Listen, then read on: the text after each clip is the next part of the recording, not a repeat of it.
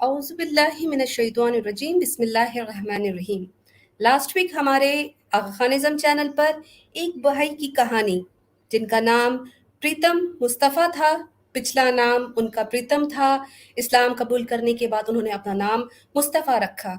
अल्हम्दुलिल्लाह उनकी कहानी दूर दूर तक सुनी गई, काफ़ी लोगों ने अप्रिशिएट किया, कई लोगों के ईमान ताज़ा हुए, कई लोगों के दिल में ये ईमान जागा कि वो भी अपनी रिवर्ट स्टोरी को दुनिया के सामने लेकर आएँ और बाकी लोगों के लिए इंस्पिरेशन छोड़े जाएं।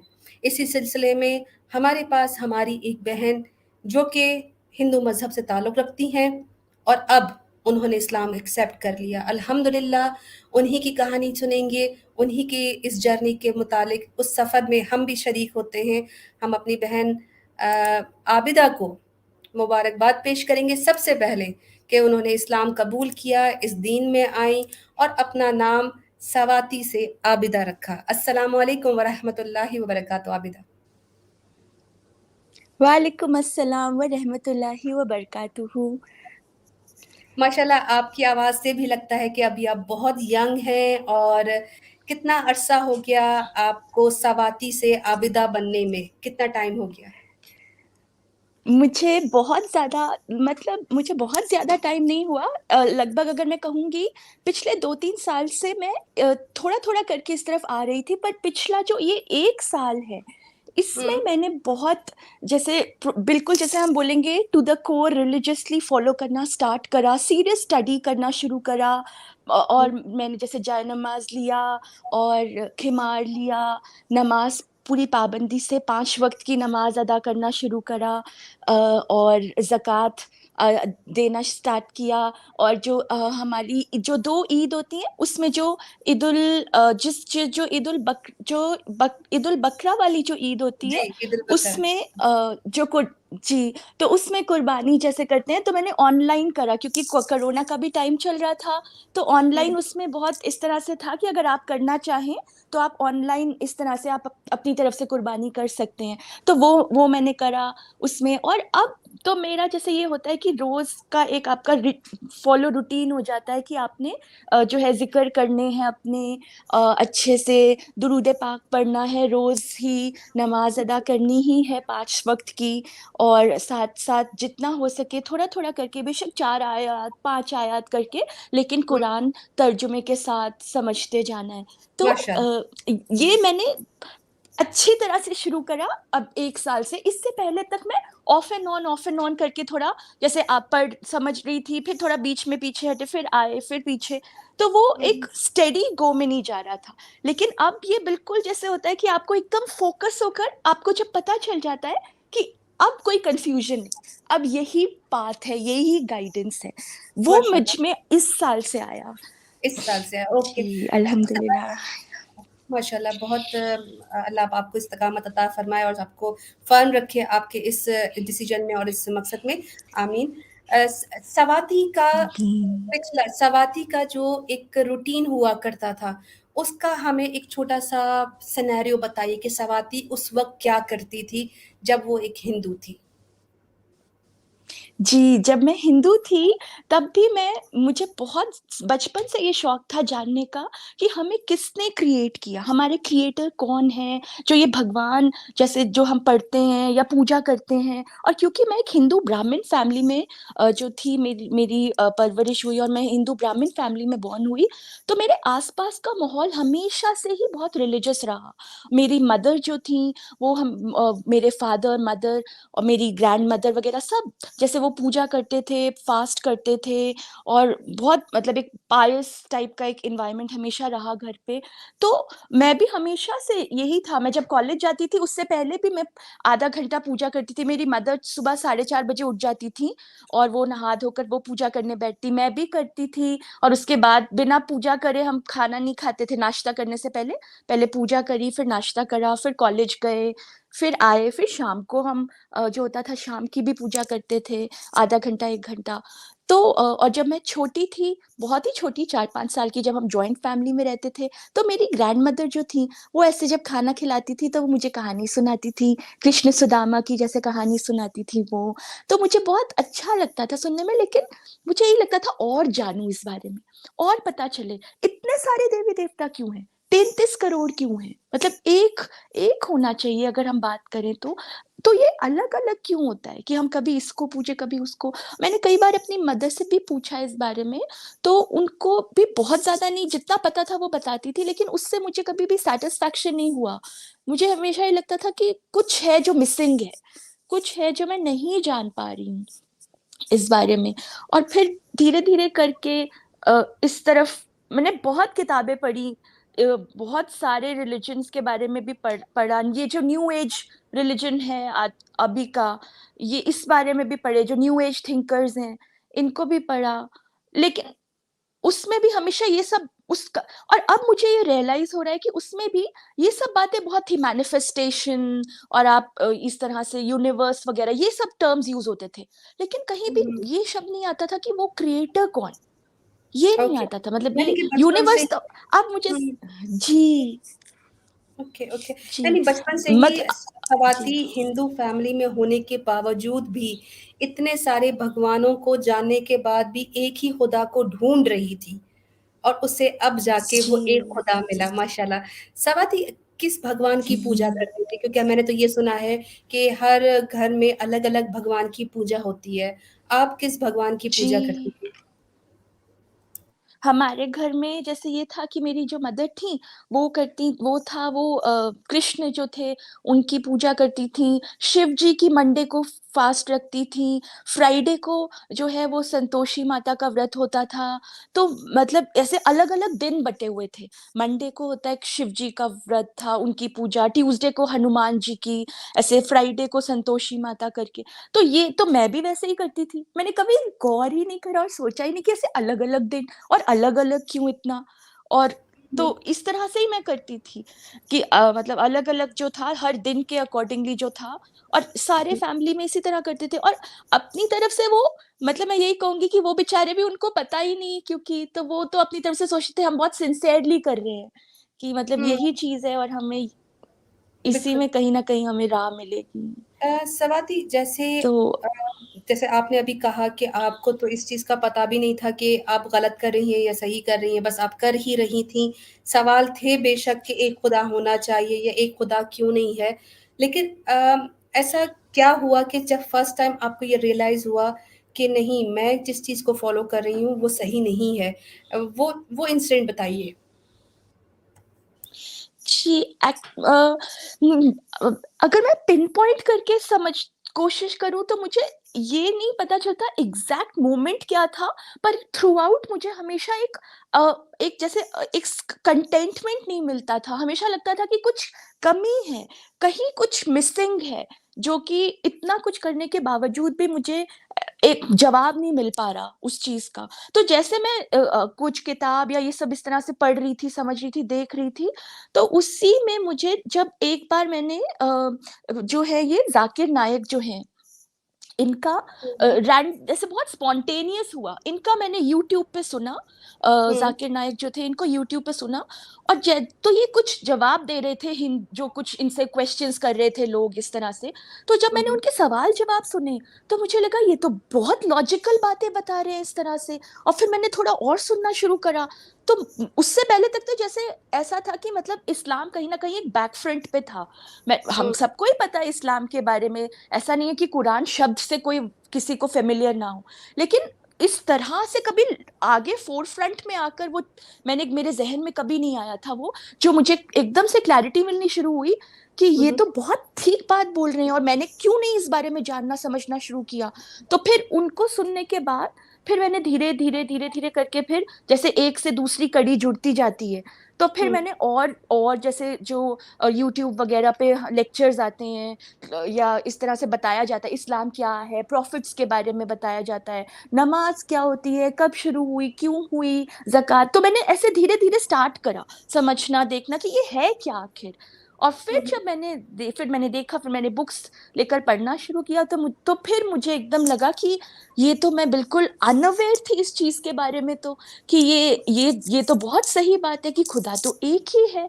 और फिर जब मैंने थोड़ा-थोड़ा पढ़ना शुरू किया, तो जैसे पिछली बार भी हमारी लाइव स्ट्रीम में जो थे हुँ, हमारे भाई, उन्होंने बताया कि सूरह इखलास जो है, वो तो सिर्फ़ 4 जो उसके आयत हैं, उसमें ही पता चल जाता है कि एकदम क्लैरिटी के साथ कि वो हुँ, कितनी सही बात है कि अल्लाह जो है वो एक ही है और जिनका नाम है अल्लाह।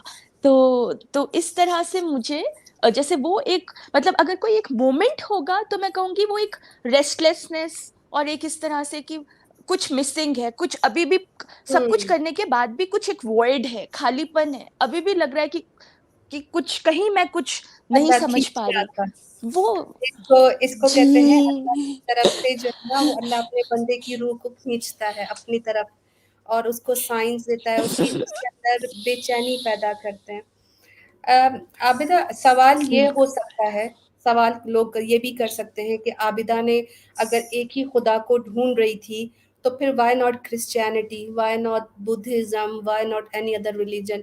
इस्लाम ही क्यों? और क्या आबिदा ने सिर्फ़ इस्लाम ही पढ़ा? क्या किसी और मज़हब को भी समझने की कोशिश की कि हो सकता है सही खुदा वहाँ पर भी मिले? तो क्या आबिदा इन फ़ेज़ेज़ से गुज़री?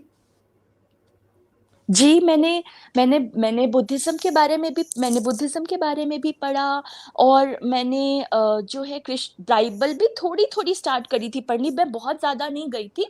हुँ, थोड़ा-थोड़ा सा हुँ। मैंने पढ़ा था समझने के लिए ही कि आखिर पर मुझे उसमें बहुत ज़्यादा इंटरेस्ट नहीं आया। मैंने स्टार्ट करा लेकिन मुझे समझ में नहीं आ रहा था बहुत तो मैंने जैसे कि बहुत मैं उसकी तरफ गई नहीं, मुझे हुँ, हुँ। क्लैरिटी नहीं मिल रही थी। और बुद्धिज़्म भी मैंने पढ़ा लेकिन मुझे यही लगा कि ये बात तो है ठीक, ये ठीक बात है कि हाँ, लेकिन वो जो थे सिद्धार्थ थे, वो भी तो हुँ, इंसान ही थे। तो हमने उनको रेवर करके बुद्धा का स्टेटस दिया, लेकिन वो तो इंसान थे, वो भी उनकी डेथ हुई और उनका इंतकाल हुआ, वो चले गए। तो ये भी कहीं एक तरह से कंप्लीट नहीं है, इसमें भी कहीं कुछ मिसिंग है। तो मैं अपनी तरफ से मैं जितना हो सक रहा था मैं बहुत अगर आप देखेंगे मेरे घर में इतनी किताबें पड़ी होती थी, मुझे जहाँ कुछ भी दिखता था और लिखा होता था गॉड तो मैं वो हुँ, खरीद लेती थी, ये सोचकर कि इसमें मुझे शायद कुछ जवाब मिलेगा, कुछ पता चलेगा कि क्या हुँ, कौन है वो और क्यों और सबसे ज़्यादा कि हम क्यों आए यहाँ पर? हमारा क्या मकसद है आने का? हम हमें हमें क्यों और हम और एक बार जब हमारी ये लाइफ़ खत्म होगी, फिर हम कहाँ जाएँगे? और हिंदू रिलिजन में तो रीइन्कार्नेशन का जो कॉन्सेप्ट है, आपका पुनर्जन्म, रीबर्थ जो क्या बोलते हैं वो, हाँ, तो अभी ना उससे इसी के रिलेटेड बारे भी में बहुत क्वेश्चन्स थे। अभी तो यही सवाल जो जी। मेरा नेक्स्ट क्वेश्चन था क्योंकि एक तरह का लोग बड़े फ़ैसिनेट भी होते हैं कि क्योंकि कुछ तुम्हें पता है कि मैं भी जब आगा खानी थी तो हमारे यहाँ भी एक कॉन्सेप्ट होता था कि हमने मर के अपने इमाम के अंदर मिल जाना है। इसी तरह का कॉन्सेप्ट हुँ। रीइन्कार्नेशन का जो है वो हिंदुओं में भी होता है। ये ज़रा एक्सप्लेन करो कि ये री पुनर्जन्म का जो कॉन्सेप्ट है, ये क्या सारे हिंदू इस चीज़ को मानते हैं? और जो लोग पुनर्जन्म यानी कि उनका जो साइकिल चलता है कि एक दफ़ा वो पैदा हुए, फिर दोबारा पैदा हुए, क्या ये चलता रहता है या इसकी कोई एंडिंग भी है? और इनके ज़हन में ये बातें कैसे आती हैं कि ये आखिर फाइनली ये साइकिल कब ओवर होगा रीइन्कार्नेशन का, पुनर्जन्म का? जी, ये रीइन्कार्नेशन का जो साइकिल है इनफैक्ट ये तो मतलब मुझे जहाँ तक ज जो मैं दे हमारे घर में जब किसी की भी डेथ भी होती थी तब भी यही होता था कि क्योंकि हिंदू रिलिजन में क्रिमेट करते हैं, तो हुँ, क्रिमेशन के बाद वो यही बोलते थे कि अब हो सकता है कि फैमिली में ही शायद वो दोबारा किसी के बच्चे के रूप में जो है उनका जन्म हो दोबारा से, इस तरह से रियली? करके या फिर हो सकता है उनको जी, या फिर हो सकता है और ये बहुत जैसे जिनको ना पता हो तो उनको तो बहुत ऐसे लगेगा कि कितना सिली कॉन्सेप्ट है, लेकिन ये हुँ, बहुत सिंसियरली माना जाता है कि वो इस तरह या फिर वो किसी अच्छे घर में चले जाएँ शायद। ये प्रे करते थे कि चल अच्छा हो उनको कोई अच्छा घर मिल जाए अगले हुँ, जन्म में वो किसी अच्छे घर में जाएँ। और ये पूरी फिलॉसफी बेस्ड थी कर्मा फिलॉसफी के ऊपर कि आपने जैसे कर्म करे होंगे, उसके हुँ, अकॉर्डिंगली आपको नेक्स्ट बर्थ मिलेगा और फिर आप वहाँ पर आते हैं जो वो बिकॉज़ आपका कुछ ना कुछ हिसाब-किताब लेना-देना जिनके साथ होता है, तभी आप उनके घर में जाते हैं। और ये कंटिन्यूअस साइकिल चलता रहता है, चलता रहता है, चलता रहता है, जब तक कि हुँ। आपका पूरा नीट क्लीन स्लेट नहीं हो जाता और तब वो बोलते हैं कि तब आपको सैल्वेशन मिलता है और आप वो एक तरह से जो है सुप्रीम जो है क्रिएटर उन उसमें आप मर्ज हो जाते हैं। तो ये ऐसे करके हाँ, मतलब ये पूरा जो है यानी सुप्रीम फिलॉसफी इस तरह बीइंग से था। यानी कि आप भी ये कह रही हो कि इन द एंड साइकिल जब एंड होगा, तो वो जो भगवान कृष्णा हुआ, विष्णु हुआ, जो भी हुआ सुप्रीम लॉर्ड है, उसके अंदर उस सोल को मर्ज कर दिया जाएगा। जैसे हमारे यहाँ आगा खानियों में कहा जाता है, इस्माइलियों में कहा जाता है कि असल में वासिल जी, हो जाओ, सेम वही चीज़ है। जी, सेम वही चीज़ कि वो फिर आप उसमें मर्ज हो जाओगे, फिर आपका ये रीबर्थ का साइकिल जो है ये खत्म हो जाएगा। लेकिन इसके लिए कितना टाइम लगे, ये किसी को नहीं पता कि हुँ, 1, 2, 3, 4, 5 कितने जन्म लग जाएँ, ये नहीं हुँ, पता। तो ये भी मुझे बहुत मतलब लगता था कि ये मतलब ऐसे कैसे। और ये बोला जाता था कि आपका अगर आपने किसी के साथ बुरा करा, तो आप हुँ, फिर वो नेक्स्ट वहाँ कई बा हो सकता है आपको उसी फैमिली में बर्थ मिले। और जैसे अगर आपने किसी का बहुत पैसा ले लिया, तो आप उस फैमिली में जाओगे, आप वहाँ बच्चे बन के जाओगे। फॉर एग्जाम्पल अगर बच्चे के आपका वहाँ फैमिली में हुँ, बर्थ होगा, तो फिर आप उन आपकी मे बी आपकी दवाइयाँ, आपका एक्सपेंस के ज़रिए आप वो इनकर कर लोगे वापस, वो सारा जो आपने आपने करा था। तो हुँ, तो ये सब तो मगर ये भी मुझे ऐसा लगता था ये तो कितना मतलब ये तो बहुत कंप्लीट नहीं है, इसमें कमी है। और अगर आप किसी से बदला इस तरह से ले रहे हो, तो ये तो नेवर एंडिंग चेन है, ये तो कभी हुँ, खत्म ही नहीं होगा। किसी ने बुरा करा, आपने भी बुरा करा, तो फिर इसमें इसमें तो मतलब कुछ जवाब नहीं मिला। और ये मैंने इसके पीछे भी बहुत पढ़ा, बहुत हुँ, ढूँढती रहती थी कहीं जवाब मिले, या अपने पेरेंट्स से पूछ के, उनको भी जितना पता होता था वो बताते थे। लेकिन हुँ, ये तो मैंने देखा है बिकॉज़ हिंदू रिलिजन एक बहुत ये इतना डाइवर्सिटी है इसके अंदर कि आप किसी से भी पूछोगे भी, इवन जो एकेडमिशियंस या कुछ हैं, वो तो ख़ैर आपको बिल्कुल ही स्केप्टिसिज़्म की तरफ भी ले जाएँगे। लेकिन हुँ, जनरली भी अगर आप पूछेंगे, तो किसी के पास भी एक जवाब नहीं होता। बिकॉज़ इसमें इतनी डाइवर्सिटी और इतने देवी-देवता और सब कुछ है कि हर एक का एक अलग-अलग ही पूरा हुँ। फिलॉसफी निकल आता है, हर एक स्वाति, में। ये और यही अब चीज़, जब जी। सॉरी, यही चीज़ जो है वो हमारे इस्माइली मज़हब में भी है कि डाइवर्सिटी के नाम पर इतनी कोई कन्फ्यूजन फैलाई हुई है कि आधी आधे लोगों को यही नहीं पता कि उनका इमाम जो है वो खुदा है, इंसान है, रूह है, रोशनी है। बहुत ज़्यादा कॉन्सेप्ट को उलझाया हुआ है। इसका रीज़न जी। भी मेरे ख़्याल से स्वाति यही होता है। Sorry Abida, I am keep on calling you for previous name. तो अभी आबिदा, जैसे फॉर एग्ज़ाम्पल ये जानबूझकर कन्फ्यूजन फैलाई जाती है ताकि लोग उसी में उलझे रहें और वो असल चीज़ तक ना पहुँच सके। अगर जैसे मैं पूछूँ कि अगर कोई हिंदू पर्सन जो है वो बहुत ही बुरा काम करके मर गया और उसको जला दिया गया, उसके जी, लिए क्या कॉन्सेप्ट है कि क्या वो दोबारा से पैदा होगा, या फिर वो मैंने कई कई जगह पे सुना था कि उसे जानवर भी बनाकर पैदा किया जाता है। ये भी चीज़ है इस हिंदू मज़हब में? जी, जी, ये इसमें भी बिकॉज़ ये भी है और इसमें भी एक मतलब एक मत इसमें भी एक ओपिनियन नहीं है। कई हुँ, बोलते हैं कि हाँ, आपको इस तरह से आपको जानवर या किसी उसमें आप चले जाओगे, और कई बोलते हैं कि नहीं, ह्यूमन सोल है तो वो ह्यूमन ही बनेगा, लेकिन वो अगर किसी ने बहुत खराब करा तो उसको उतना ही खराब फैमिली या कुछ इस तरह का मिलेगा। बहुत बहुत ही मिज़री वाली लाइफ़ होगी अगर आपने इस बार ऐसा करा किसी के साथ, तो आपकी वैसी होगी। और कई बोलते हैं कि नहीं, आपको जानवर या इस तरह से कुछ आपको उस श्रेणी में डाल देंगे, उस पर्टिकुलर कैटेगरी में आपको डाल दिया जाएगा। तो क्लैरिटी नहीं है इसमें, ये एक बहुत कन्फ्यूजन रहता था हमेशा। बिल्कुल। अलग-अलग आंसर, हर जगह से अलग-अलग आंसर मिलते थे। बिल्कुल। आबिदा, अब जैसे कि हम सब जानते हैं कि हिंदू मज़हब में औरतों का पर्दे का कोई कॉन्सेप्ट नहीं है, हिजाब का कॉन्सेप्ट नहीं है, और अभी बहुत ही ज़्यादा इंडिया में एक टॉपिक चला था हिजाब का, जिसमें मुस्कान के हिजाब वाली जी, बात जो है वो बहुत ज़्यादा फैली थी। आपको क्या लगता है कि जब आप पहले हिंदू थीं और उस वक़्त ये कहा जाता था कि मुसलमान जी, औरत को ऑप्रेस किया जाता है, उसको बहुत ज़्यादा स्लेव बना के रखा जाता है। क्या क्या डिफ़रेंस महसूस करती हो जी। कि अब मुसलमान बन के जब तुमने हिजाब किया, पर्दे में रहा, क्या तुम ऑप्रेस फ़ील करती हो या तुम ज़्यादा फ्री महसूस करती हो, फ्रीडम महसूस करती हो? बिल्कुल भी ऑपरेशन नहीं है। और मैं आपको बताऊँ, क्योंकि मैं जो इवन एकेडमिक्स में भी ये चीज़ कही जाती है, हिंदू फैमिली में एटलीस्ट ये मैंने अपनी फैमिली में देखा कि पर्दा एज़ सच हमारी फैमिली में नहीं था। लेकिन हाँ, ये ज़रूर था कि मैंने अपनी जो मेरी मदर थी, मैंने उनको हमेशा देखा कि मतलब जो जैसे हिंदू उस फैमिली में भी आप वो करते हैं, जैसे कई लोग तो इस तरह से सर पे हमेशा आप घूँघट दुपट्टा या करते हैं। चुन्नी या कुछ ओढ़ हुँ, के, हुँ, हुँ, हुँ। जी, कुछ लेकर रखते हैं, सर हमेशा हमेशा ऐसे मतलब खुला नहीं रखते।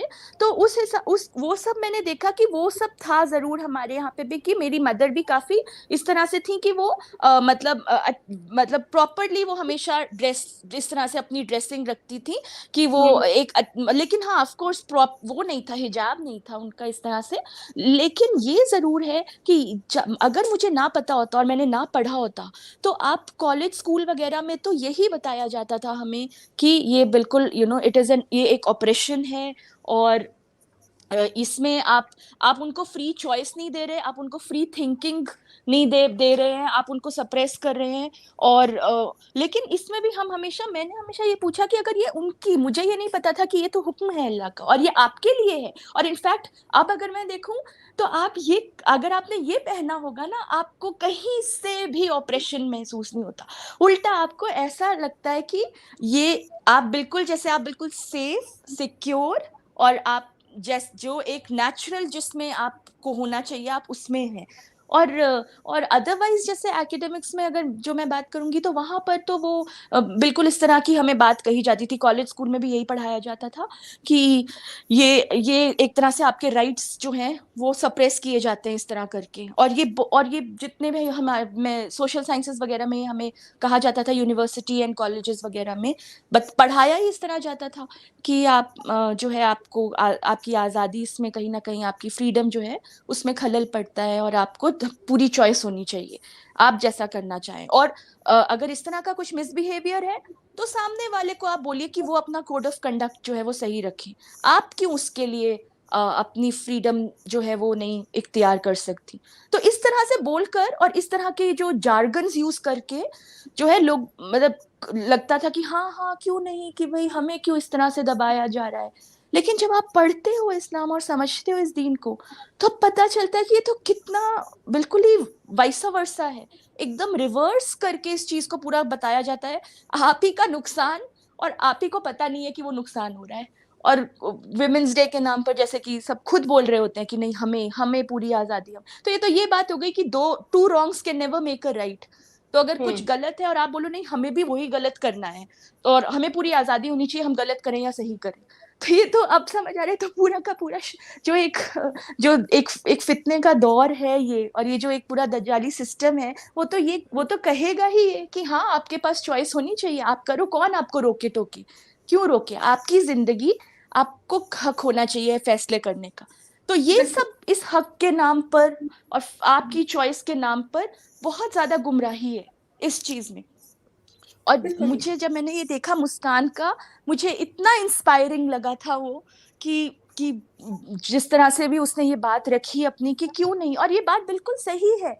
और अब तो ये सामने आ भी रही है कि क्यों नहीं होना चाहिए स्कूल या कॉलेज में भी इस तरह से कि वो और मैंने ये देखा ऐसा नहीं है हमारे कॉलेज में जो है बहुत सी ऐसी लड़कियां थी, गर्ल्स कॉलेज में थी मैं तो, बहुत सी ऐसी लड़कियां थी जब मैंने पढ़ाई करी है जो कि अच्छे से पूरा अपना हिजाब पहन कर आती थी, और कॉलेज एडमिनिस्ट्रेशन उन्हें कुछ नहीं कहते थे।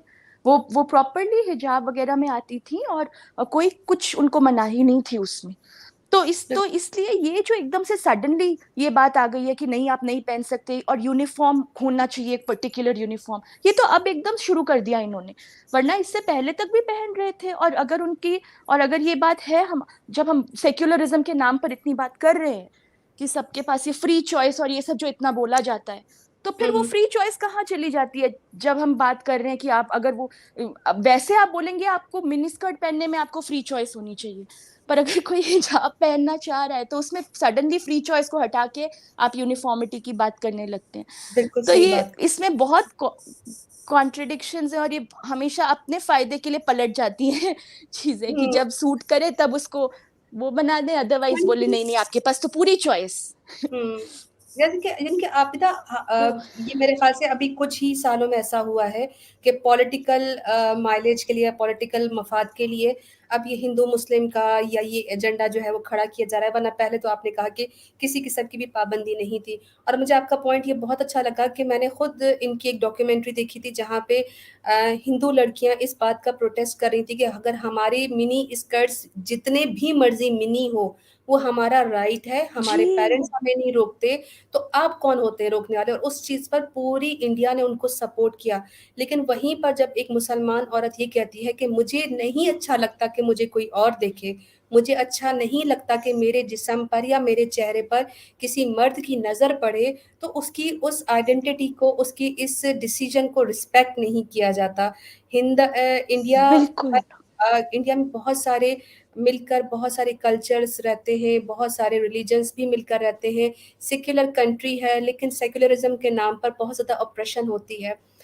हम तो यहाँ बैठे हैं, हमें उस चीज़ का अंदाज़ा है। कई दफ़ा जो न्यूज़ में आता है उससे कभी ये लगता है कि शायद मुसलमान के लिए वहाँ पर रहना बहुत मुश्किल है।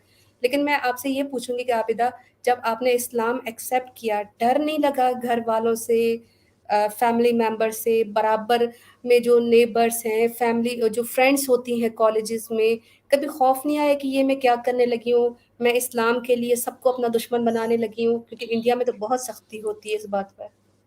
जी, सकती है, पर मुझे यही लगता है कि कहीं न कहीं ना और इनफैक्ट मैं इस पे ये भी कहना चाहूँगी, जो आपने ये बात रखी कि जैसे मिनी स्कर्ट वग़ैरह के लिए जो है कहा जाता है कि आपके पास पूरी फ्री चॉइस है, और सबने इस बारे में मतलब पूरी जोश से आवाज़ उठाई कि जब हुँ, हमारे पास है तो उनके पास। हालाँकि वो गलत बात ही थी, लेकिन आप इस तरह देखिए कि कितना मतलब उनके देखा जाए तो वो गलत बात है, चाहे फ्रीडम ऑफ चॉइस के नाम पर ही हो, पर है हुँ, तो वो गलत कि आप उनको एक गलत चीज़ के लिए फ्री चॉइस के लिए जो है इंस्पायर कर रहे हैं। लेकिन एटलीस्ट उसी बहाने कम से कम उन्होंने ये तो बात मानी कि ठीक है भई, उन्हें भी चॉइस दी जाए।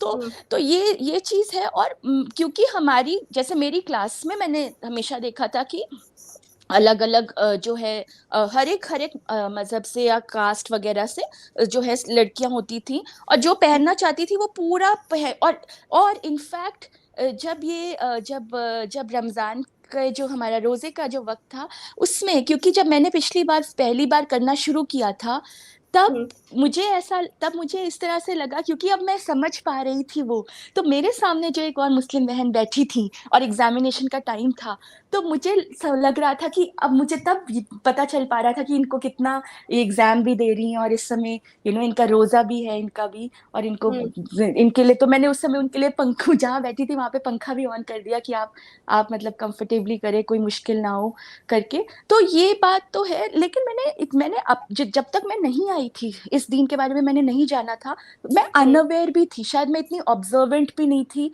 तो मुझे अपने आसपास डिस्क्रिमिनेशन ऐसे बहुत होता नहीं दिखता था, अपने सिर्फ छोटे से दायरे में स्कूल कॉलेज वगैरह में, वहां मुझे हुँ, ऐसा कोई डिस्क्रिमिनेशन होता नहीं दिखता था इतना, क्योंकि वहां पर गर्ल्स कॉलेज था, तो वहां पर कहीं कोई भेदभाव नहीं, सब आपस में बात भी करते थे, कहीं रोका नहीं जाता था किसी को हिजाब पहनने से। तो लेकिन फिर जब मैंने अब जानना शुरू करा, और अब जो मुझे बहुत ज्यादा नजर आ रही है विजिबली चीजें, कि ये तो कितना इस तरह से जो फ्रीडम के नाम पर मिसगाइड किया जाता है, और ये सब चीजें हैं, तो अब हुँ, मुझे पता चल रहा है कि बहुत, और ये सब कुछ बोला जाता है ह्यूमैनिटेरियनिज्म के, हम तो एक, हम इतने अलग अलग दीन को नहीं मानते, हम कहते हैं आप किसी भी उसके हो, इकट्ठे रहें, यूनिटी इन डाइवर्सिटी, आप एक हुँ, साथ रहें, मिलजुल के रहें। लेकिन मिलजुल के रहने के नाम पर जो है ये, मतलब बेसिकली मिलजुल के रहने के नाम पर आप वो बिल्कुल वो एक जैसे ग्लोबलाइज्ड इस तरह का ये जो एक ऑर्डर है, वो आप हुँ, इस्टेब्लिश करना चाहते हैं, ताकि कोई किसी को ना कभी क्वेश्चन करे, ना पूछे, ना कभी अपने दीन के बारे में पूछे कि इसमें सही है या नहीं है। तो वो चीज़ एक बहुत मतलब मुझे यहाँ पर लगी, और मेरी मैंने तो फैमिली जो है, हाँ, हाँ, अल्हम्दुलिल्लाह मेरी फैमिली बहुत सपोर्टिंग है उस हिसाब से। मेरी जो मदर हैं, उनका 2018 में उनका इंतकाल हो गया था, और उसके बाद नवंबर 2018 में लेकिन वो उस समय तक तो खैर मैंने इतना नहीं जाना था इस बारे में, तो हुँ, वो काफी स्ट्रिक्ट थी इस चीज को लेकर, और वो मेरी रोल मॉडल भी रही, बिकॉज मुझे ये भी लगा जो जो बातें इस्लाम में हैं कि आप मतलब जैसे कॉलेज जाएं, घर आए, ज्यादातर अपना घर पे रहे, अपनी पढ़ाई करें, तो वो ये सब कुछ फॉलो करती थी, हालांकि था हिंदू रिलीजन, लेकिन ये सब कुछ इस तरह से कि आप इधर बहुत मतलब आपको बेकार में बात बात करने की जरूरत नहीं है किसी और के साथ इस तरह का, तो वो यानी रखती थी। तो आपको उनको पसंद देखकर थी, मैंने ये सब तो मॉडेस्ट लाइफ थी आपकी। जी, तो हम्म, मॉडेस्ट लाइफ, तो हालांकि वो नहीं थी इस्लाम से जुड़ी हुई, लेकिन फिर भी क्योंकि उनका अपना कंडक्ट, कोड ऑफ कंडक्ट जो था वो बहुत अच्छा था और बहुत एक, मेरे लिए वो बहुत एक आइडियलिस्टिक हाई स्टैंडर्ड था, तो मैं हम्म, वैसे उसको फॉलो करती थी। और जब मैंने इस्लाम में ये सब पढ़ना शुरू करा तो मुझे लगा अरे ये तो मेरे लिए बहुत ज्यादा डिफरेंट नहीं है, बिकॉज ऐसे ही तो करती थी मेरी भी मदर जो थी, वो यही काफी चीजें तो इसी तरह का कोड ऑफ बिहेवियर रखती थी वो।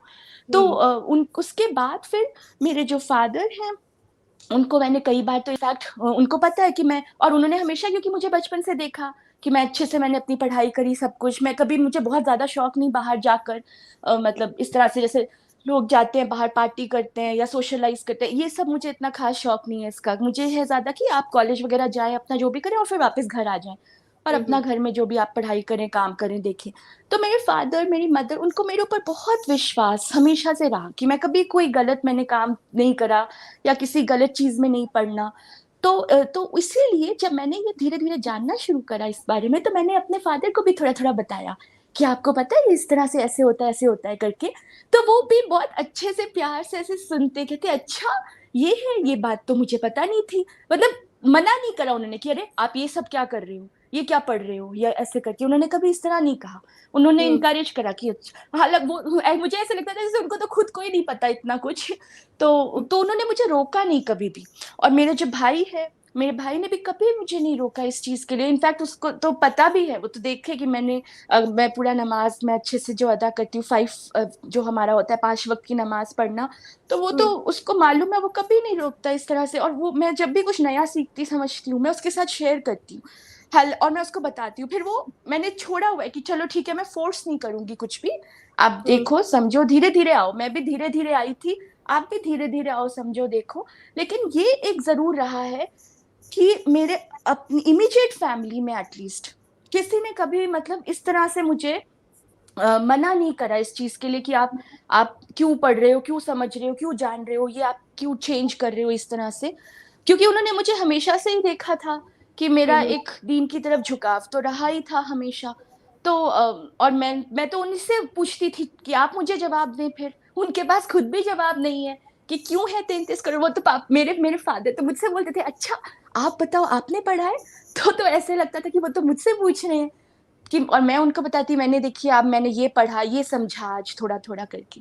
तो हम्म, फैमिली में मेरे अल्हम्दुलिल्लाह इस तरह से कुछ ऐसा नहीं हुआ। और मुझे ये भी पता है कि वो बहुत हो सकता है कि अगर वो शायद हो सकता है बाद में जाकर वो भी ये इसको एक्सेप्ट करना चाहें अपने लिए, बेशक अच्छा, थोड़ा टाइम लगे या वो हम्म, जब तक खुद से ना आए। लेकिन मुझे ऐसा लगता है कि अगर वो धीरे धीरे थोड़ा और समझें जाने, तो उनको खुद ही लॉजिकली लगेगा कि बात तो सही है, इसमें कहीं भी गलत नहीं बात है। और जैसे कहा जाता है कि हक की बात है, तो वो तो बिल्कुल जो है जाहिर और बातिल डिफरेंस एकदम सामने आ जाता है उसमें। और बिल्कुल, बाकी कॉलेज वगैरह में मैंने अभी इतना कुछ खास नहीं बात रखी। हाँ लेकिन मेरी जो एक मुस्लिम फ्रेंड थी उनको मैंने जरूर थोड़ा सा बताया इस बारे में, क्योंकि वो खुद भी मुस्लिमात हैं। तो मैंने उनको थोड़ा सा बताना शुरू करा कि मैं ऐसे पढ़ रही हूँ समझ रही हूँ, मैं नमाज भी पढ़ रही हूँ।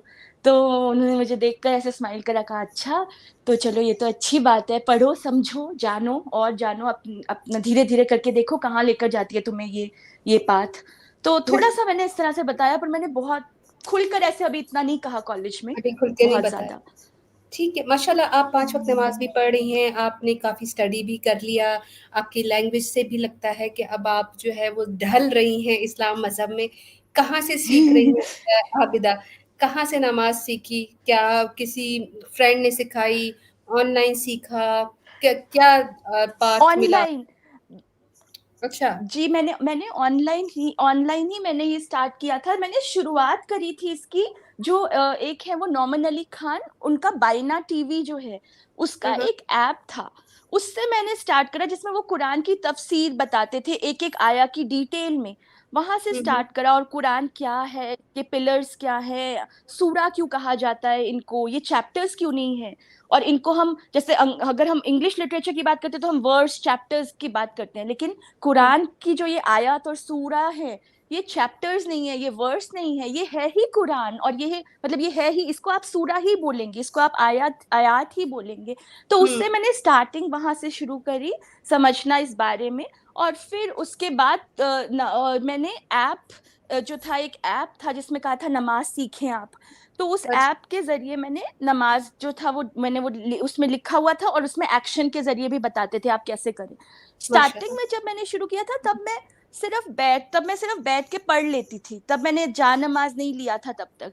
तो मैं शुरू में सिर्फ बैठ के पहले पढ़ती थी कि अच्छा ये क्या होता है, और फज्र क्या होता है। और मुझे नहीं पता था कि फर्द नमाज होती हैं, सुन्नत होती हैं।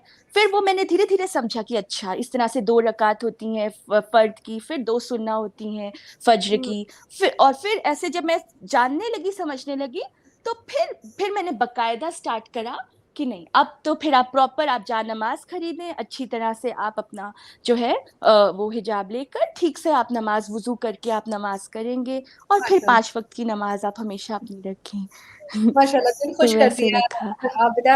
आपकी बातों ने दिल खुश कर दिया, क्योंकि बड़ा खूबसूरत टाइम होता है कि जब आपके दिल में इस्लाम आ जाता है और आप छोटी-छोटी चीज़ों पर ध्यान देते हो, वज़ू करते हो, नमाज के लिए खड़े होते हो, तस्बीह खरीदते हो। ये बड़ा मतलब मुझे तो बड़ा अच्छा लगा था उस टाइम पे। तस्बीह बिल्कुल। बड़ा मतलब खूबसूरत-खूबसूरत तस्बीह खरीदना, उसको हाथ से देखना, पढ़ना, ये बड़ा अट्रैक्टिव लगता है। जान-ए-नमाज़ को, बहुत ज्यादा। है ना? बहुत ज्यादा, बहुत ज्यादा। और मैं तो आपको बता नहीं सकती, दुरूद पाक करना और अल्लाह के जो 99 नाम है, मैंने हुँ। तो ये नियत रखी थी कि अब जबकि मैं आई हूँ, मेरे इतने अगर मैंने अब चलिए शुरू करा, मुझे पहले नहीं पता था, तो अब मैं ये रखूं कि मेरी नियत ये थी कि मैं एक एक नाम का जो है, अगर मैं एक एक नाम की तस्बीह कर सकूं ऐसे कम से कम 10-15 लाख बार तो हो ही सके एक एक साल में। तो फिर मुझे लगेगा मैंने कुछ तो करा। जैसे लोग कहते हैं ना, हमारा bank balance and bank account में हम चाहते हैं, हमारा ये एम गोल है कि हम इस एक साल में ऐसे 4 लाख, 5 लाख, 6 लाख इस तरह से। तो मेरा ये गोल है मेरा, कि मेरा ये बैंक बैलेंस बन जाए, कि मैंने मैं कम से कम मेरा जो जिक्र है वो एक साल में मेरा जिक्र कम से कम 10 लाख तो हो, कम लेकिन से कम 10 लाख आबिदा, तक तुम्हें इस पहुंचे। चीज़ का पता है, मुझे मतलब तुम्हें इस बात का तो पता ही होगा कि जब कोई इस्लाम कबूल करता है तो उसका पिछले गुनाह ऐसे माफ़ हो जाते हैं जैसे वो दुनिया में अभी-अभी पैदा हुआ है। तो माशाल्लाह तुमने इस्लाम एक्सेप्ट जी। किया और तुम्हारी ये भी नियत है कि तुम अब इतने अच्छे अमाल करो, हमारे लिए इंस्पिरेशन हो माशाल्लाह से। इंडिया में रहती हो, बहुत सख्त वहाँ पे एनवायरनमेंट है, लेकिन तुम्हें किसी चीज़ से डर नहीं लगता। आज माशाल्लाह तुम्हारी ये बातें सुन के कितनी हमारी बहनों की के दिल में ये जज़्बा आया होगा कि क्यों हम किसी से डरें। अल्लाह से मोहब्बत हुई, बिल्कुल। इस्लाम कबूल करने के बाद कितना क्लोज़ फ़ील करती हो अपने आप को अल्लाह से। पहले इतने सारे बुतों की पूजा करती थी, कभी वो क्लोज़नेस उनके साथ तो महसूस नहीं हुई। अभी इस्लाम कबूल होने के बाद कैसा लगता है कि अल्लाह तुमसे बात करते हैं?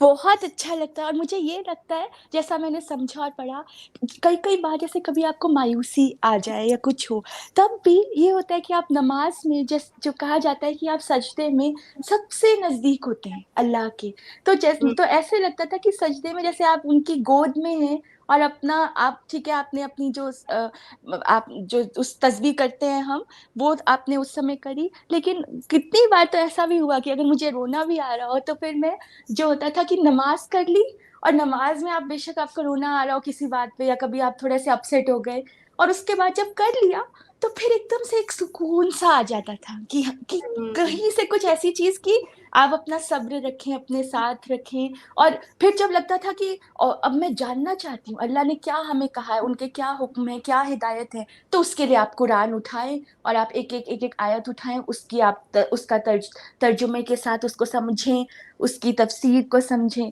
तो ये करने में ना ऐसा लगता है कि जैसे बिल्कुल आपकी लाइफ को एक गोल मिल गया, एक पर्पस मिल गया। और अब मुझे बिल्कुल इनफैक्ट मेरा तो बहुत बहुत ज्यादा मन है, अगर मैं कभी पाकिस्तान आ सकूं और आकर, बिकॉज वहां तो पूरा आपको एनवायरनमेंट वही मिलेगा। तो वहां पर आकर जब आप देखोगे कि आप अकेले नहीं, आपके आसपास सब लोग जो है मिलकर इस चीज में जुड़े हुए हैं, तो फिर एक हुँ, और आपको बैकअप मिलता है, एक सपोर्ट मिलता है, और आप और जोश के साथ वो करते हैं। जैसे कि अब रमजान आने वाले हैं और 30 दिन में, तो अभी जैसे होगा कि जैसे मैं करूंगी अकेले, तो फिर मैं शाम को तो वही दाल रोटी सब्जी सी ऐसे खा रही हूँ। कोई इफ्तारी का ऐसे बहुत लैविश नहीं होगा, जी। इफ्तारी नॉर्मली होगी, जो दाल बनी होगी और जो सब्जी बनाऊंगी मैं या जो रोटी होगी। लेकिन जब आप इस तरह से होते हैं, आपको एक पूरा सपोर्ट इस तरह का होता है, सारे लोग होते हैं, तो फिर वो एक रौनक, एक इस तरह का एक वो अलग ही उसका वो एक बात अभी रहती मैं है। तुम्हें तो मेरा तुम्हें इतना लालच नहीं देना चाहती, लेकिन इंशाल्लाह तुम कभी आओगी तो मैं तुम्हें एक चीज़ बताती हूँ कि कितना डिफरेंस होता है। अभी तुम देखो इंडिया में हो, जब रमज़ान का महीना आएगा तो तुम्हें ये नहीं पता चलेगा कि सहरी के लिए जैसे हमारे पाकिस्तान में एक आदमी आता है, वो ढोल उठाता है, वो गलियों में फिरता है, वो ज़ोर-ज़ोर से बजाता है, कहता है उठो सहरी का टाइम हो गया, मोमिनो उठो। एक वो उसकी अपनी चार्म होती है। उसके बाद एक तरह का जब अज़ान से पहले जो है वो बार-बार हर मस्जिद से ऐलान हो रहे होते हैं, रोज़ेदारों रोज़े का वक़्त हो गया है, रोज़ेदारों सहरी का वक़्त हो गया है। ये एनवायरनमेंट बता रही हूँ। शाम के वक़्त 4 बजे से जब अब रोज़े में 2 घंटे बाकी होते हैं, तो ऐसा लगता है कि हर कोई भाग रहा है दुकानों की तरफ, चीज़ें खरीद रहे हैं पकोड़े के लिए, समोसे के लिए। हर घर से खुशबू आ रही होती है इफ्तार की। अभी माशाल्लाह रमज़ान आने वाला है और ये माहौल होता है जहाँ पे मुसलमान रहते हैं ना, वहाँ पर ऐसा लगता है कि रमज़ान का के 30 दिन ही ईद है। 30 दिन ही ऐसा लगता है कि बिल्कुल। हर दिन ईद है। और अल्लाह पाक हमें रमज़ान का महीना फिर से देखने को नसीब फ़रमाए, वो आने वाला है। खुशनसीब हैं वो लोग जिनको रमज़ान का महीना मिलेगा और उसमें वो रोज़े रखेंगे और वो मुकम्मल करेंगे। मेरी बहन को मैं दावत दूँगी कि कभी भी पाकिस्तान जाना हो तो तुम्हारी बहन का घर, तुम्हारा पूरा ख़ानदान वहाँ मौजूद है। जब आओ, जैसे आओ, तुम वहाँ पर हमारी दिल में रहोगी इंशाअल्लाह। बहुत शुक्रिया लेकिन एक और सवाल जाने से पहले जो अल्हम्दुलिल्लाह। बहुत इम्पोर्टेंट है आबिदा, जी। कि तुम पहले पढ़ती थी भगवद गीता और उसके भी तुमने मतलब जी। समझने की कोशिश की होगी और अब तुम पढ़ रही हो कुरान और उसको भी समझने की कोशिश कर रही हो। क्या मेन डिफरेंस तुमने फ़ील किया दोनों किताबों में? मैंने भग और मुझे तो मेरी मदर बोलती थी ये, जब मैं हुँ, वो करती थी, वो तो मुझे कहती थी आप इसमें और रिसर्च करो, आप चाहो तो इस पे रिसर्च करो, भगवद गीता लो, पढ़ो। और हमारे घर में भी है। तो मैं वो पढ़ती तो थी, और उसमें इस तरह से थोड़ा-थोड़ा मैंने जितना जाना उसको, तो हुँ, उसमें कर्म योग, ज्ञान योग और भक्ति योग की मतलब आप ये अलग-अलग पाथ हैं, जिसके भी ज़रिए आप खुदा को पाना चाहो। कोई ज्ञान के ज़रिए पाना चाहता है, कोई डिवोशन के ज़रिए, कोई एक्शन के ज़रिए। तो ये अलग-अलग पाथ है जिसके ज़रिए आप कर सकते हो। लेकिन मुझे एक बात जो उसमें लगी वो ये थी कि जो जैसे जो कृष्ण को जो उनको भगवान की तरह जैसे पूजा जाता है, तो वो तो आए और उसके बाद उनकी डेथ हुई। तो हुँ, जो कि पैदा हो और जिसकी डेथ हो जाए, उसको आप कैसे इम्मॉर्टल एक वो दर्जा दे सकते हैं? कई बातें ज़रूर थी भगवद गीता में जो कि मुझे अपील करती थी, कि जिसमें कहा जाता था कि आपकी जो रूह है ये मरती नहीं है और आपका शरीर मरता है, इस तरह से जैसे बात करी। हुँ, लेकिन उसमें भी पूरी तरह से मुझे क्लैरिटी नहीं मिलती थी, क्योंकि ये सब जो पुनर्जन्म वगैरह की जो बात आती है, रीसाइकिल, रीबर्थ वगैरह हुँ, जो आता है कि आप हर हर बार फिर आप जन्म लेते हो, और तो ये एक तरह से पूरी तरह क्लियर नहीं हो पाया था मुझे उसमें। और जब मैंने कुरान स्टार्ट करा, हालाँकि अभी तो स्टार्ट ही करा है मैंने, फ़ातिहा, सूरह बकरा और इमरान, और उसके बाद निसा। अभी मैं आगे बहुत आगे नहीं गई हूँ, हुँ, धीरे-धीरे करके पढ़ रही हूँ। लेकिन मैं जितना भी पढ़ रही हूँ, और जो लाइफ़ ऑफ प्रॉफिट्स हैं, जितने भी हमारे नबी और अंबिया थे, उनकी जो ज़िंदगी, और उनसे जो मैं समझ रही हूँ कि एक ही मैसेज बार-बार, बार-बार आ रहा था कि आप एक ही अल्लाह को पूजिए, वो ही एक है। ये सब हुँ, बुत परस्ती हटाएँ। यहाँ तक कि हिंदू मज़हब में जैसे जो था, जैसे मेरी मदर जो सुबह उठती थी 4 बजे, कहने को कोई बोले कि जैसे फज्र का भी वही टाइम है, आप उठते हैं हुँ, सुबह जल्दी, सनराइज से पहले, तो वो भी ऐसे ही उठती थी। लेकिन फिर वो सूर्य को जल चढ़ाती थी, सन को इस तरह से ऑफर करती थी, क्योंकि हुँ, हुँ, तो ये सब जो चीजें थी, ये सब चीजें ना फिर आपको, और उनको देखो, वो मुझे भी बोलती थी कि आप भी सूर्य सूर्य को जल चढ़ाएं, ये अच्छा होता है इस तरह से करके, तो मैं भी कर देती थी वो। लेकिन मैंने ये, अब जैसे क्वेश्चन अब मेरे दिमाग में बहुत आता है जहन में कि वो खुद एक क्रिएशन है ना, जिसने क्रिएट करा उसको, आप उसके बारे में तो कभी जानने की कोशिश करें कि सूर्य। हम्म। और ये मुझे तब ज्यादा समझ में आया जब मैंने उनका जो है इब्राहिम अलैहिस्सलाम जो है उनकी, जब मैंने समझी उनका वाक्या, तो मुझे लगा हम्म। अरे ये वो भी तो यही बोलते थे इस तरह से कि ये मुझे लगा कि सन जो है, सूरज जो है, ये खुदा है। फिर पर मुझे लगा ये तो ढल गया, फिर लगा चांद ये है, ये भी ढल गया, फिर लगा सितारे हैं, सैयारे हैं। तो ये सब चीजें जो है, ये मैंने पूरा हिंदू रिलीजन में इस तरह से देखा कि आप यहाँ तक कि मतलब पेड़ की भी मतलब इस तरह से रेवर किया जाता है, पीपल के हम्म। पेड़ को, या इस तरह से फिर गाय को पूछते हैं जिस तरह। तो ये एक एक चीज ये चलिए अच्छी है कि आप किसी भी चीज को आप उसको रिस्पेक्ट दे।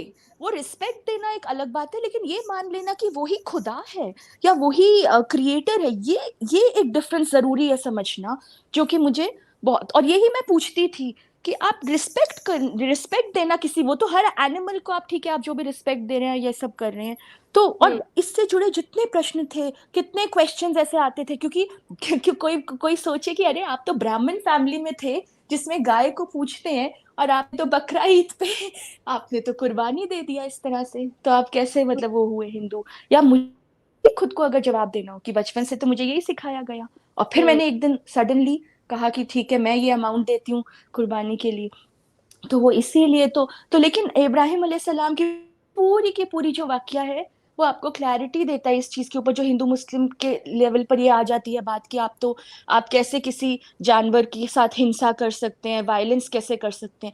तो ये हम्म। इसमें बहुत सी चीजें मैंने समझी पढ़ के कि ये वायलेंस की बात ही वहां पर वो नहीं कर रहे, वो तो और इसमें बहुत सारी लेयर्स ऑफ चीजें हैं जो जिसको समझना जरूरी है इसमें। और जब हुक्म आ गया ये अल्लाह का, जिसमें ये एक वाक्या है जिसके जरिए हम अपने को ये याद दिलाते हैं, और हलाल तरीके से, ये कोई वैसा भी नहीं है कि जो एक आप जो हलाल तरीके से जो नॉनवेज वैसे खाते हैं और जिसमें वो किसी और को देते भी नहीं है, खुद ले हम्म। लेते हैं, वो एक चीज का नॉनवेज लेना, और एक ये जिसमें आप हलाल तरीके से उसको करते हैं और उसके बाद फिर उसको सबको सबको दिया जाता है, वो जितने भी गरीब लोग हैं या जो आपकी फैमिली मेंबर्स हैं सबके साथ मिलकर शेयर किया जाता है। तो हम्म। वो तो बिल्कुल अलग, और उसका तो उसकी रीजनिंग ही बिल्कुल अलग है। तो इन सब चीजों को लेके कई बार बहुत मिसगाइड किया जाता है कि ये तो बहुत वायलेंस को प्रमोट करते हैं इस लेकिन तरह अगर से, आप या एंड लेकिन जी सवाल तो ये है ना कि अगर ये इशू खाली गाय की स्लॉटर करने का होता या इंसानों मुसलमानों के गोश्त खाने का होता, तो इंडिया सबसे ज्यादा बिगेस्ट कहते हैं ना एक्सपोर्टर ना होता बीफ और बफेलो का। बहुत ज्यादा चमड़ा यहाँ एब्सोल्युटली से बिल्कुल इंपोर्ट सही, जाता है। और अभी आप अगर देखो बिल्कुल तो सही। मैं भी मतलब जहाँ रहती हूँ वहाँ पे ज्यादातर जो लोग हैं वो हिंदू ही हैं। और अभी भी इनफैक्ट मैं जब बात कर रही हूँ तो मुझे यही लग रहा है कि वो सुन ना रही हो। तो वो इन लोगों का ये होता है कि ये छुप छुप के तो गोश्त खाते हैं, छुप छुप के चिकन भी खाते हैं, लेकिन जी सिर्फ अपने पब्लिक में नहीं बताते। ये मैंने बड़ी चीज नोट की है कि नॉन वेज तो ये लोग ये भी तो खाते बिल्कुल है। ये मेरे कॉलेज में भी मैंने देखा, हालांकि मेरी फैमिली में ऐसा नहीं था, मेरे मेरे पेरेंट्स बिल्कुल नहीं लेते थे अल्कोहल, भी नहीं लेते थे, ब्राह्मण फैमिली में होकर यहाँ पर और नॉन वेज वगैरह भी नहीं लेते थे। तो ये एक माहौल जरूर रहा यहाँ पर कि कोई ड्रिंक नहीं करा कभी किसी ने, नॉन वेज हैं। वगैरह से कोई नहीं लेता था। लेकिन मैंने अपने कॉलेज में जरूर देखा कि कई जैसे लोग थे जो ब्राह्मण फैमिली में है, लेकिन वो तो लेते थे नॉन वेज, और वो बोलते थे कि नहीं ये तो है, ये वो है, तो मुझे लगता था आप तो प्योर तरीके से तो आप वो भी फॉलो नहीं कर रहे। कम से कम अगर आप वही कर रहे हैं तो फिर आप उसी को तो उसको भी तो कम से कम खालिस तरीके से करें। तो यही बात है कि ये मुझे इसलिए लगता था क्योंकि ये बात वही है ना, क्योंकि यहाँ पर इतनी सारी डाइवर्सिटी आ गई कि आप हुँ। थोड़ा सा यहाँ से ले ले, थोड़ा सा वहां से ले ले, सब कुछ मिलाकर हम उसको ऐसे बना देते कि ये भी चलता है वो भी चलता है, या ऐसे हुँ। भी कर सकते हैं ये भी कर सकते हैं। तो वो अपने आप में इतना कंफ्यूजन हो जाता है कि कई बार तो लोग फिर उससे पीछे हट जाते हैं और मैंने रिलीजन से दूर भागते हैं। जितना मैंने देखा है, हिंदू हिंदू इतना नफरत नहीं करते मुसलमानों से, लेकिन जब पॉलिटिकल इश्यूज आ जाए, पॉलिटिकल एजेंडाज आ जाए, तो इन लोगों को उभारा जाता है। वरना मोस्टली जो मैंने देखा है, हिंदू लोगों को परवाह ही नहीं कि मुसलमान क्या खा रहा है क्या बेच रहा है। वो तो बल्कि अपनी शॉप्स भी दे देते हैं कि जी। आप अपने इसी तरह करते हैं। खैर माशाल्लाह बहुत अच्छा तुमने जो है वो डिस्कशन किया। जाते-जाते मैं एक चीज़ और पूछना चाहूँगी कि आबिदा तुम इस वक़्त अपने पूरे एरिया में वाहिद मुसलमान हो या फिर तुम ऐसे इलाके में रहती हो जहाँ पे मुसलमान जो हैं वो ज़्यादा हैं? नहीं, यहाँ पर तो मुसलमान शायद मेरे ख़्याल से शायद सिर्फ़ एक फ़ैमिली होगी, मुस्लिम फ़ैमिली जहाँ मैं रहती हूँ, यहाँ पर हुँ, सिर्फ़ एक मुस्लिम फ़ैमिली होगी, बाकी तो सारी हिंदू फ़ैमिली ही है यहाँ पर। पूरी हिंदू फ़ैमिलीज़ ही रहती हैं यहाँ जहाँ पर मैं हूँ और मुस्लिम फ़ैमिली यहाँ पर तो मुझे नहीं दिखती। मेरे कॉल नहीं। मतलब मैं जहाँ वही मैं बोल रही हूँ कि मुझे बहुत कम ही दिखते हैं, मेरे कॉलेज में भी बहुत कम है, हालाँकि मैं जैसे आप कहें कि अगर 100 में से 3% होंगे वहाँ पर। और यहाँ जहाँ मैं रहती हूँ, मेरे जो हमारे अपार्टमेंट्स वगैरह हैं, यहाँ पर 1 या एट द मोस्ट 2 फैमिलीज़ होंगी, मुस्लिम फैमिलीज़, तो 1-2 मुस्लिम आबिदा फैमिलीज़ होंगी। आबिदा वाह! डर डर नहीं लगता? खौफ नहीं आता कि कभी ये कुछ कर नहीं, दें? बिल नहीं लगता, बिल्कुल नहीं लगता, क्योंकि ये तो ख़ैर ये बात तो बहुत सही है जो आपने कही कि अगर हम सिर्फ़ लोगों तक लग रखें इसको, तो लोग आपस में इतना बिल्कुल नहीं करते मतभेद। लोग हुँ, आपस में कोई इस तरह का ज़्यादा डिस्क्रिमिनेशन नहीं करते। मेरे स्कूल कॉलेज में भी जब मैंने देखा, तब भी कोई इस तरह से नहीं करता था कि ऐसे पूछे या फिर बोले, "अरे! ये तो ये तो वो।" ये जब इसको पॉलिटिकली इतना ज़्यादा उछाला जाता है, तब इस तरह के इश्यूज़ बनते हैं, वरना आपस में मैंने यहाँ पर कभी नहीं देखा कि कोई इस तरह की कोई बात करे या ना उन उस फैमिली से ना बात करे या इस तरह का कुछ। तो हुँ, ऐसा मैंने नहीं देखा कभी भी, ना स्कूल कॉलेज में देखा, ना मैंने यहाँ अपने आस-पास कहीं देखा। तो और बाकी मुझे बस यही लगता है कि अगर कोई बोले भी या मुझसे कहीं कोई पूछे या मेरी बाद में मेरे से कॉलेज में, स्कूल में या मतलब मेरी फैमिली में भी आगे हुँ, एक्सटेंडेड फैमिली में, तो मैं उनको बताना चाहूँगी कि मुझे ये ऐसा लगा इसलिए कि एक तरह से जैसे बोलते हैं आप दावत दे दीन की, तो मैं हुँ, उनको बताऊँगी कि आप देखें आप ये कर रहे हैं, मैंने भी यही करा आपकी तरह इतना टाइम, लेकिन आपने कभी ऐसा सोचा कि ये इस तरह से हम इतने ज़्यादा कितने क्यों हैं, एक क्यों नहीं है? और ये भी तो जिनको आप कर रहे हैं, ये भी आए और ये इस दुनिया से चले गए, तो ये तो इम्मॉर्टल नहीं है। तो मुझे ऐसा लगता है कि अगर उनसे थोड़ी बात करी जाए तो हो सकता है शायद वो शायद एक्सेप्ट ना करें विजिबली, पर हो सकता है एक बार को तो सोचें कि हाँ शायद इसमें 1% कहीं कुछ हक की बात है और हमें सोचना चाहिए इस बारे में। माशाल्लाह तुम्हारी बहुत अच्छी सोच है और आबिदा अल्लाह के लिए जब दुनिया छोड़ दी जाती है, तो फिर दुनिया पीछे आती है। ये हमारा मेरा अपना पर्सनल एक्सपीरियंस भी है। इसके साथ-साथ हमने जो सहाबा कराम और सीरत नबी सल्लल्लाहु अलैहि वसल्लम पढ़ी, उससे भी हमें इस बात का सबूत मिलता है कि पहले दुनिया ने उनको बिल्कुल अकेला कर दिया। इतना अकेला कर दिया कि उनको जो है वो हर चीज़ से बेदखल कर दिया गया। लेकिन फिर एक वक़्त आया कि सारी दुनिया उनके पीछे है और अभी तक पीछे है। और इसी तरह हमारे साथ भी ये हुआ कि जब हमने स्टार्टिंग में इस्लाम कबूल किया तो ऐसा लगता था कि ये सब एक हो गए हैं और मैं अकेली हूँ। तुम्हें भी कभी-कभी शैतान ऐसा कभी वसवसा डाले, तो ये बात याद रखना, ये बात ज़हन में रखना कि दुनिया के इस कोने में तुम्हारी बहन अदीना और मेरी जैसी और भी बहनें जो तुम्हारी अब बाकायदा फैमिली बन चुकी हैं, एक आवाज़ लगाओगी तो हम बहनें ही काफ़ी हैं तुम्हारी मदद के लिए, तुम्हारी सपोर्ट के लिए और भाई तो हैं ही हमारे मुसलमान मर्द भाई जो है ना, वो शेरों से कम नहीं। उनकी बहादुरी से तो कुफ़ार लरज़ उठते हैं, कुफ़ारों का जो है वो कलेजा काँपता है। भाइयों को लाने की ज़रूरत नहीं, हम बहनें ही तुम्हारे लिए काफ़ी है, तुम अकेली नहीं, तुम्हारे लिए अब एक एक्सटेंडेड फैमिली, मुसलमान फैमिली, हम सब मिलके तुम्हारे साथ हैं। आबिदा बहुत-बहुत शुक्रिया टाइम देने का। अपने अल्हम्दुलिल्लाह, बहुत आखिर में अच्छा। क्या कहना चाहोगी हमारे ऑडियंस को जाने से पहले? मैं तो ये कहना चाहूँगी जाने से पहले कि मुझे ऐसे लगा कि जैसे कि एक मेरे पास तो बिल्कुल शब्द नहीं है इस बात के, लेकिन मुझे बस ये लगता है कि अब जबकि मुझे ये दीन मिल गया, तो मेरे पास इतना कुछ ऐसे जैसे कि एक जैसे इतना बड़ा ओशन और ओशन का एक ड्रॉप, तो मुझे ऐसा हुँ, लग रहा है जैसे अभी मुझे सिर्फ़ एक ड्रॉप मिला है और अभी मुझे कितना कुछ पढ़ना, जानना, करना, समझना है। अभी तो मैंने बस एक पहला कदम रखा है।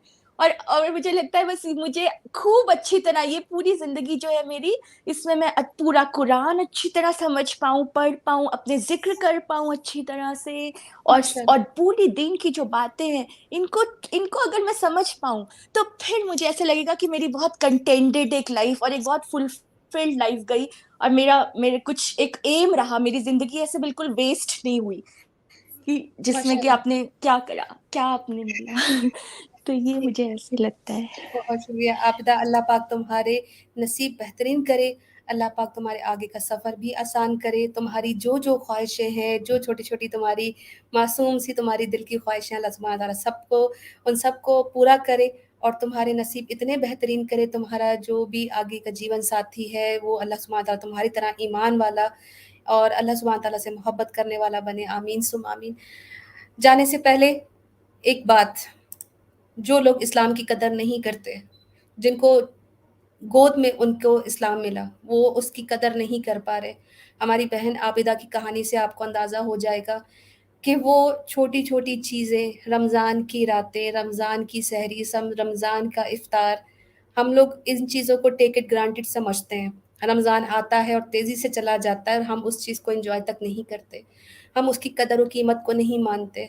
कितने सारे इस्माइली आगा खानी हमारे जो भाई-बहन हैं, वो रमज़ान के महीनों में तमाम मुसलमानों का रमज़ान का महीना हासिल करता देखते हैं, रोज़े रखता देखते हैं, लेकिन उसको ज़ाया कर देते हैं, जस्ट बिकॉज़ कि उनके इमाम ने उनको कहा कि तुम रोज़ा नहीं रख सकते क्योंकि अब तब्दीली हो गई। लेकिन ये सोचिए कि हमारे जो वो लोग जो किसी और मज़हब में पैदा हुए, जैसे कोई हिंदू से मुसलमान हो रहा है, कोई क्रिश्चियन से मुसलमान हो रहा है, कई बहाई से मुसलमान हो रहे हैं, वो कितनी मोहब्बत से इस रमज़ान के महीने को हासिल करते हैं और कितनी मोहब्बत से उसमें रोज़े रखते हैं। उसकी एक-एक चीज़ को जो है वो अल्लाह की नेमत समझ के हासिल करते हैं। इस्माइली आगा खानी भाई-बहनों से गुज़ारिश है कि कुरान को पढ़िए, जिस तरह अभी हमारी बहन के दिल में तड़प है, आप भी अपने दिल में ये तड़प जगाइए और देखिए कि इन गिनानों में कुछ नहीं, ये जो आपके इमाम के फरमान हैं, इसमें तो कुछ भी नहीं, जो अल्लाह के कलाम में है। इन चंद बातों के साथ हम अपने आप को एक खुशकिस्मत रूस मानते हुए, खुशकिस्मत इंसान समझते हुए, इस बात पर गौर करें कि इस इस्लाम की कदर कर लें, इससे पहले कि साँस निकल जाए, इससे पहले कि जिस तरह आबिदा ने कहा कि मैं अपना बैंक बैलेंस, अपना अज़कार रखना चाहती हूँ, मैं अपना ज़िक्र रखना चाहती हूँ, ताकि मैं क़यामत वाले रोज़ अपने वो बैंक बैलेंस को लेके जा सकूँ। हम भी इसी तरह अपना बैंक बैलेंस, जो कि अल्लाह सुब्हान ताला का ज़िक्र और अज़कार है, जो अल्लाह सुब्हान ताला की इबादत है, जिसके लिए हम इस दुनिया में आए हैं, वो करके ही इस दुनिया से चलें और आखिरत में अल्लाह सुब्हान ताला को नज़राना पेश करें। आगा खान को नज़राना देने से कोई फ़ायदा नहीं, पीर बाबों को नज़राना देने से कोई फ़ायदा नहीं। तमाम हक़ इबादतों का सिर्फ़ और सिर्फ़ अल्लाह सुब्हान ताला का है, किसी और के साथ अल्लाह सुब्हान ताला के साथ किसी को शरीक ना करें। दुआएँ खालिसतन अल्लाह के लिए हैं, इय्याका नअबुदु व इय्याका नस्तईन। ए अल्लाह, हम सिर्फ़ तेरी ही इबादत करते हैं और तुझी से मदद माँगते हैं। इन अल्फ़ाज़ के साथ अलीना आपसे इजाज़त चाहती है। अस्सलामु अलैकुम व रहमतुल्लाहि व बरकातुहू।